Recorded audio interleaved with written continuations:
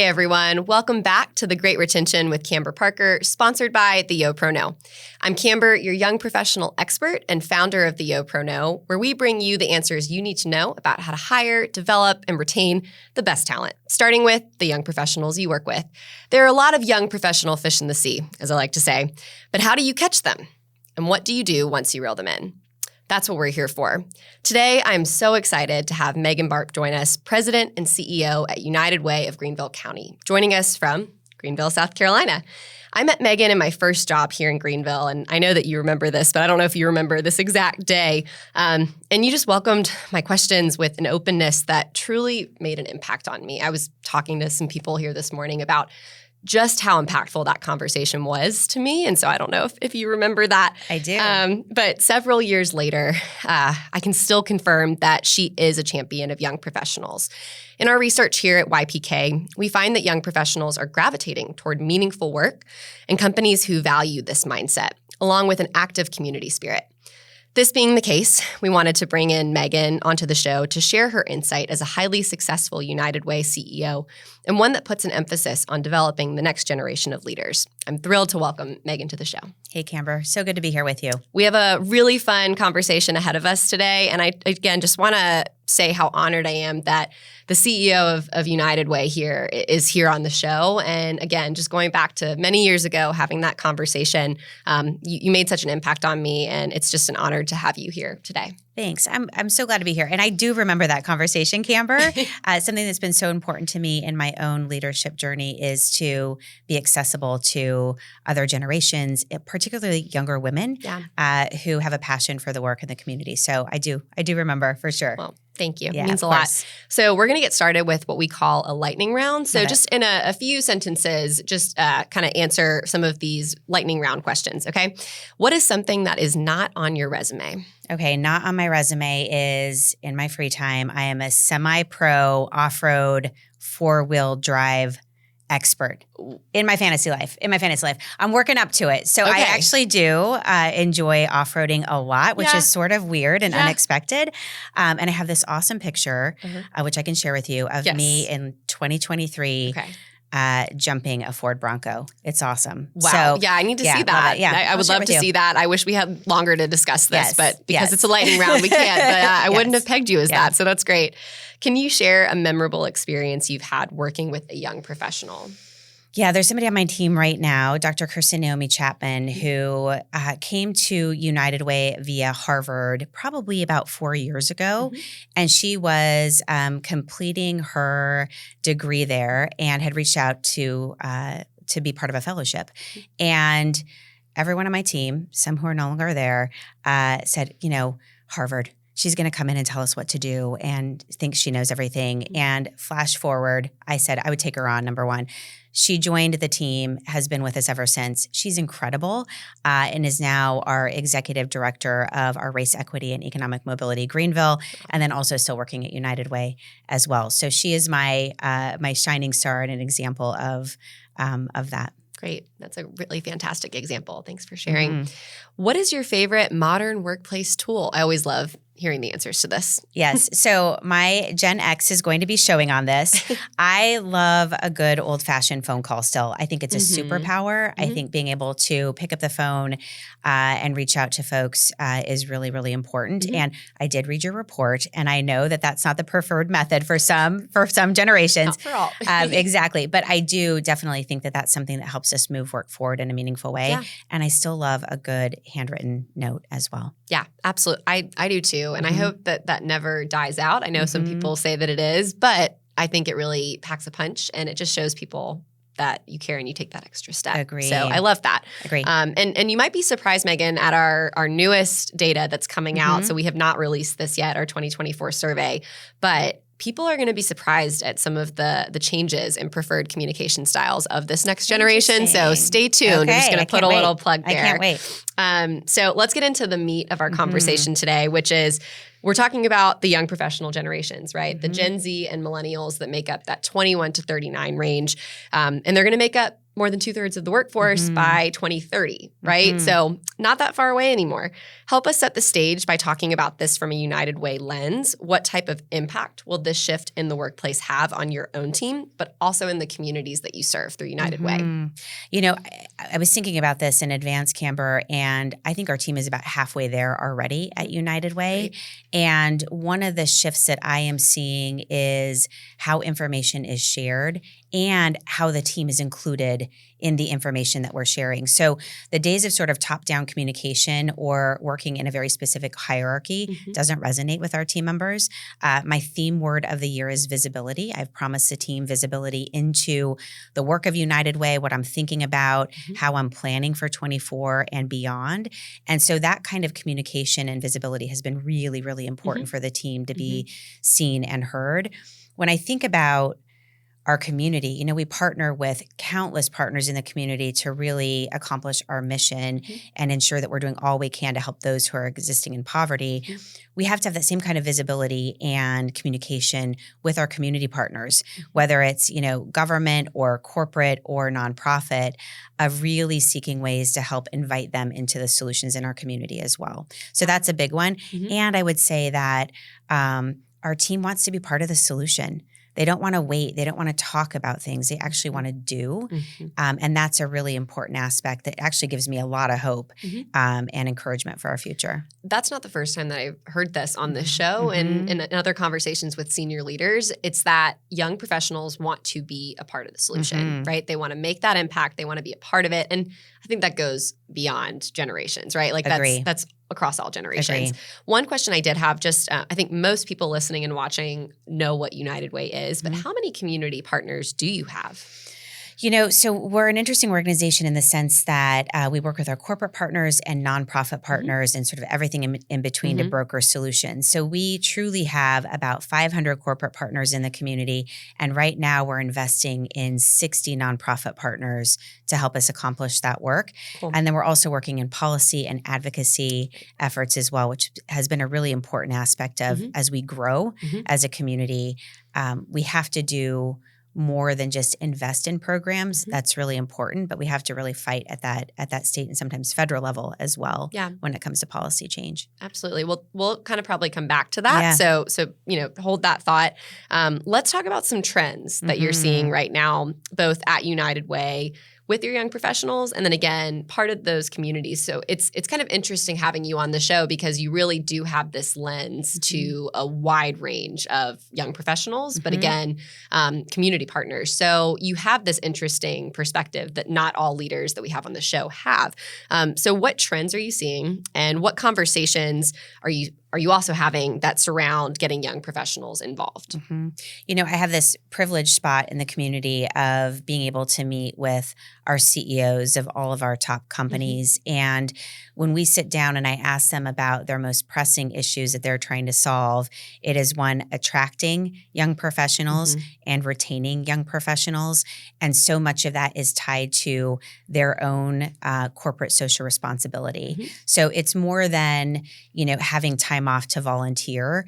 It is about what does the company stand for in terms of making an impact in the community that's aligned with the company's values, but also the values of their employees. And so we continue to hear that from our partners of, gosh, what can we do to show that we care about our community and, you know, illuminate a path for our employees to be part of that solution in the community. So that's a big trend that we've seen really over the past several years. That's not surprising of people want that connection and that connectivity. No, not at all. What are you experiencing when you talk to some of these CEOs? Is it everybody's on board, everybody's gung-ho with this approach, or have you seen any pushback from leaders? You know, I actually haven't seen pushback from leaders because they know that it's that dual bottom line of both having an impact in the community, but also it's good for business when you have a workforce that's engaged and plugged in and feels good about working for that company and what the company stands for. So I think there's been this real embrace of how leaders have to change and adapt and meet their employees where they are versus, you know, it's the sort of corporate way or not. And I think that's a really lovely shift.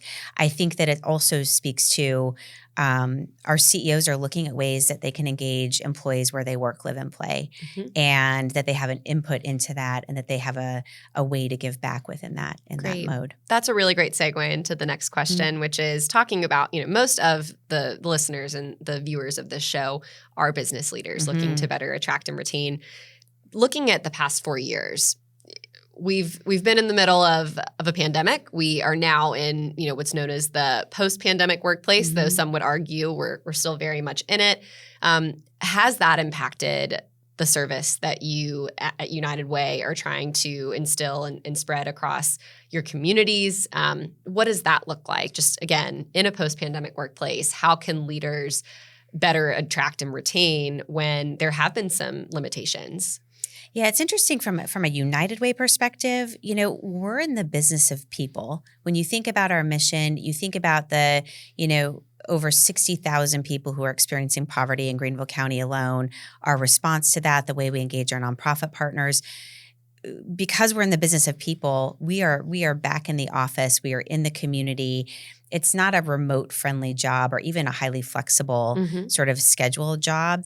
That being said, we've really looked at our policies and our practices to be more inclusive of, how people want to live their lives.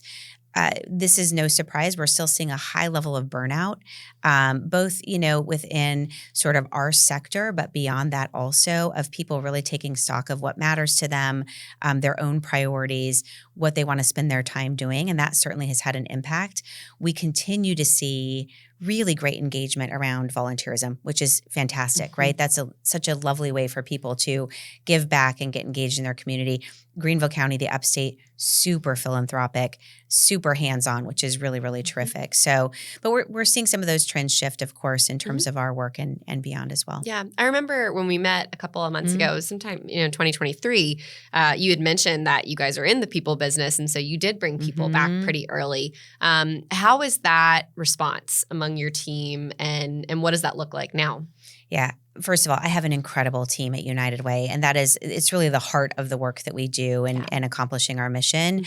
We've tried to be very flexible. So, for those folks on our team who are working parents or might be, caring for a family member in some way, we've really tried to offer that flexibility up. We have very generous benefits that also are very competitive from our sector perspective, but also from our region. So we've tried to build in things that really speak to what our team has told us is important to them. But we've had a really good, I think the team has been very adaptive and responsive to us being back in the office because they know how important our mission is.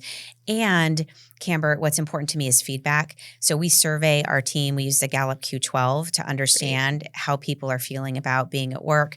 And we've year over year scored very highly on that, which I'm very proud of. Congratulations. And then we have, thank you. And then we have a lot of ways that we capture anonymous feedback as well so that team members can tell us what's working, what isn't working, what's important to them. Great. Et cetera. That does not surprise me about you as a leader. And you've worked with Tracy. I love correct? Tracy. So she's actually going to be on the show later Oh this my season. gosh. Yay. Love her. So everybody listening, you'll get to check out Tracy in a little bit. She does a lot of work with Gallup. Yeah, she's incredible. I love Tracy so much. Me too. So moving on to talking about some of the data that we've already talked about earlier today, we know that young professionals are looking to make an impact, right? They want to have meaningful work. What are and they're choosing to work for companies that have the opportunity to make an impact. So you alluded to this earlier, right? It's more than just giving team members time off to work in the community. But what else can companies be doing, again, from that meaningful work capacity and really that community impact front? What can companies be doing? I think one of the most impactful things that companies can consider doing is asking their employees, how do they want to give back? What's important to them? What impact do they want to make in our community and plugging them in? That to me is very powerful. I have too often seen leadership teams trying to come up with a solution of how they think employees might want to engage. And there's a lot of passion and a lot of skill sets on our teams that I think we can really empower them and encourage them to come up with those ideas to create that kind of impact. So that's one area where we've just seen, it seems pretty practical, and really it is, that's made an impact in that space. Most of the time, the most practical tips are really what companies need to do to attract and retain talent. One of our clients, I can't take credit for this, I wish I could, but they actually started something last year where each quarter one of their team members gets to choose the community organization that they're going to sponsor. So whether it's an event that they have, whether it's they're going, doing a Meals on Wheels packaging day, they do something together, and it's something that one of their team members brings to the table. So they have a smaller team, right? If you have 45, 55 people, it's like, all right, when are we going to get to the organization that matters to them? But they have a smaller team, and I just think that's really amazing. They've seen a lot of really positive results from that. And again, it's all about asking your team. So I really like that. And it's not the top-down approach, as we talked about already. So I love that you guys do that. That's really an important takeaway for a lot of people listening today. What role does community service, volunteer opportunities, and making a difference play in engaging and retaining young professionals? We've talked about this a little bit, but I would love to know, in your professional opinion, what role does it have, again, going beyond what we've already talked about today? Like, what are the core impacts that this has on a company? Yeah. Camber, last year I was lucky enough to go to Finland as part of a group that I'm part of, the International Women's Forum. And what I loved about this experience was that they highlighted things that were very regional, right? So Finland, as you probably know, is the happiest country in the world. And I was like, really, Finland? How are you the happiest country in the world? And then I went down this happiness rabbit hole, because really, yes, they're the happiest, but things that connect them in, a good social infrastructure, great education, great public space, being outdoors. But one of the things that is an indicator of happiness is volunteer engagement and giving back to your community. And they do some really interesting things in Finland around like a community fund where people, if you're 12 years and older, can propose an idea of how you want to make an impact in the community, and then the public votes, and they do this whole thing. So long story short, one of the things that I loved about this was that people often approach volunteerism or giving back or community service as something that they're doing for the community or for others who have less than. And that is true, but the real benefit is on the overall feelings of happiness and contentment and satisfaction that, you feel after giving back and making an impact in your community. And you know this, we do every year something called the Great Conversation, which pairs young professionals with established leaders in our community. And we do this rotating dinner where we start with one leader and a group of 8 to 10 have a conversation over salad and then move to the main course. And it's impactful all the way around. But every single time our established leaders come back and say, I learned so much from the young professionals around my table. And I say, great, how can you take that back to your workplace, right? Organic conversation, really powerful. Of course, young professionals are learning from the established leaders also, but there's so much in that of just sitting down and having a conversation with someone. Yeah, I love that. And I think people don't get past that. Just, all right, they're helping in the community. Great. But it's going beyond that. And it's like, there's a really big impact that can rock the core of your company if your team members are happier, right? More fulfilled. And there's so much benefit that comes from that. I would love to hear more about this trip to Finland, because it sounds it was amazing. Very amazing and probably life-changing, very transformational. In our remaining minutes together, and I'll ask you at the end, if there's any other things that we didn't cover that you want to touch on. But we do note that the growing number of young professionals are entering the workforce, as we mentioned earlier, and Gen X boomer generations are beginning to retire, right? It is happening already with the baby boomer generation, as well as a few Gen Xers already. Where do you see the biggest challenge ahead? So two things that I'm seeing, and I experience this in my own work at United Way, and then I'll zoom out a bit in terms of the sector and what I'm seeing in the upstate. One is, I think that often we get caught in a space of thinking that experience outweighs skill set. And I hear this a lot of like, well, gosh, so-and-so has been here for 10 years or 15 years. Why did we pick someone with less experience but a different skill set to be in a certain role? And often it is the younger generations. And I think really making sure that we as leaders are able to decouple those things. Experience matters for sure. And giving people opportunities to plug in that have a skill set and an ability to drive change is really important. So I'm paying a lot of attention to that in my own organization of how do I present those opportunities and give opportunities to younger leaders who show a whole lot of promise and are maybe emerging in their first couple of years. That ties into that broader perspective of I am concerned about the leadership pipeline. If you think just about the nonprofit sector, we do have a lot of boomers in leadership roles that have been there for a long time. They've made such a huge contribution and made such a huge difference. I don't see a strong pipeline following that. So when you think about the people we're serving and the impact we're trying to make, I really do worry about where is that next generation of leaders going to come from? Right. So that's a big challenge. So I'm trying to intentionally build that and model that within my own organization and openly think about things like succession and, the opportunities for people to grow those skills and play a bigger role within the organization. But the leadership pipeline is something that I think a lot of us are talking about because it's a big concern. Absolutely. And I was in the nonprofit world, right? That's how we connected. That's right. I was in fundraising for 4.5 years, and I'm a prime example of somebody that left the nonprofit field. And it's when you look at compensation, when you look at other maybe burnout, as we discussed earlier, other industries are facing this. It is not just nonprofit. But from my own personal experience, I'm an example of that, of a young professional leaving that space when